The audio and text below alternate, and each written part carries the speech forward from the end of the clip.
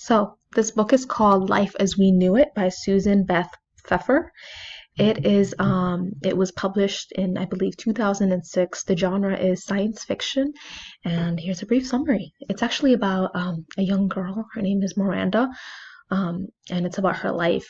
The book basically just starts off introducing her family. She has her mom. She lives with her two brothers, and then her dad is divorced from her mom. He has his own family, like he's married to another person, another lady, and he's expecting a baby. So we kind of get to take a glimpse into Miranda's home life and how she feels about her dad, starting another family. And then a tragic thing happens. A meteor knocks the moon closer to the earth. It kind of knocks it out of orbit, and so as a result there's like all these changes happening on earth. You have worldwide tsunamis that wipe out the coasts. You have earthquakes that rock the continents, and you have eventually volcanic ash that blocks out the sun, which kind of messes with vegetation, right? So people aren't able to grow anything, and so you have this food crisis. Pretty early in the book, Miranda and her family, once this happens, they kind of run to the store and try to pack as much food as they can because people are in a panic, right? And then try to store as much of it as possible. The gas prices go really high. There's all these problems with money.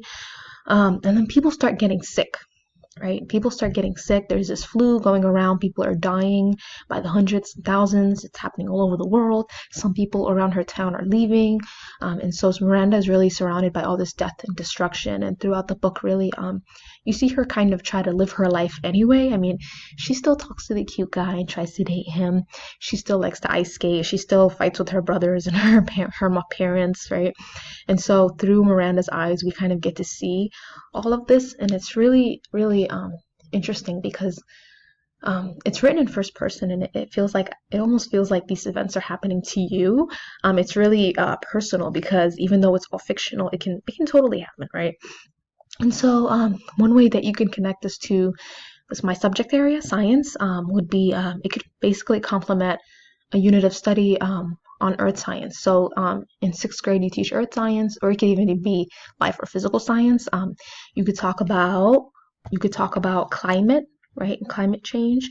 You can talk about gravitational forces. This would be a great unit in physical science because a lot of the early standards are focused on forces and motion, right? And so you would talk about the gravitational forces, which is the type of force that the moon exerts in the ocean, right? And that's what creates the tidal waves, and what happens if that is disturbed, which is what happens in the book, right?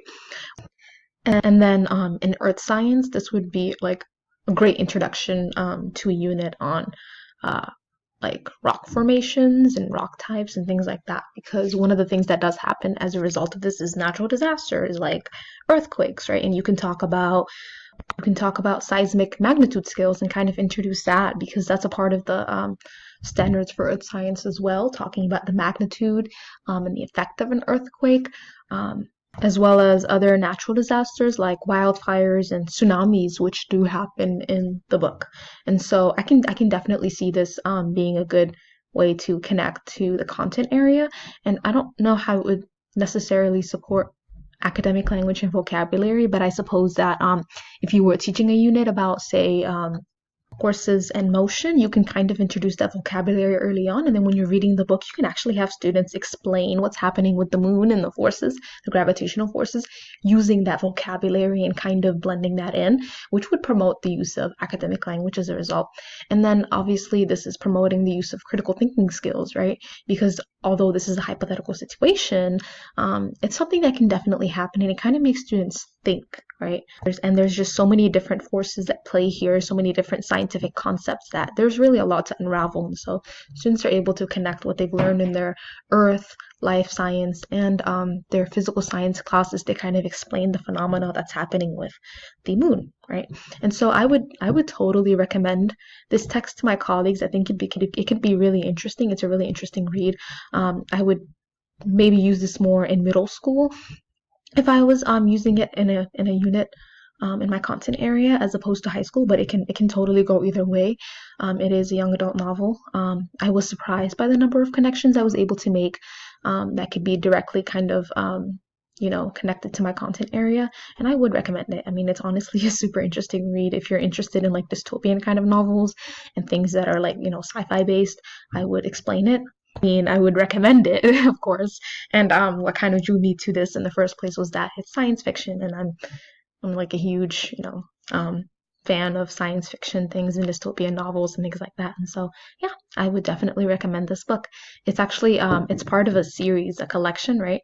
It's one in three, I believe, and I believe the next two books are um, told by different characters. So we get to see the struggle really from different perspectives. And I'm not sure if they do end up wrapping up the series then. But yeah,